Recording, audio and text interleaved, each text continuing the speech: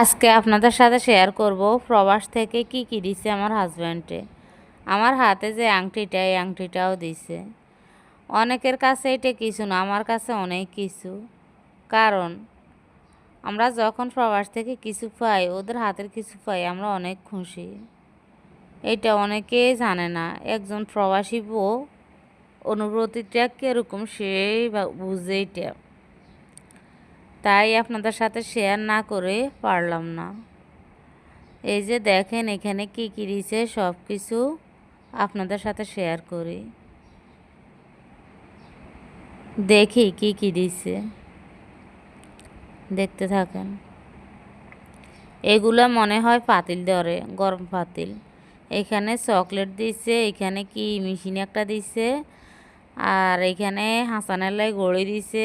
গড়ি গেলাই এত ফেরেশান আছিল যা বলার বাহিরে।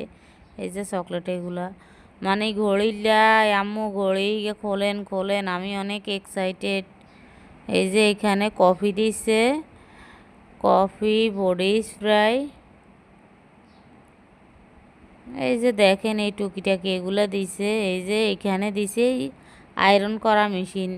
আমি সেলাই করি, আয়রন করা মেশিন দিছে। একজন সেলাই করে যে ব্যক্তি, তার জন্য এটা অনেক অনেক জরুরি ছিল।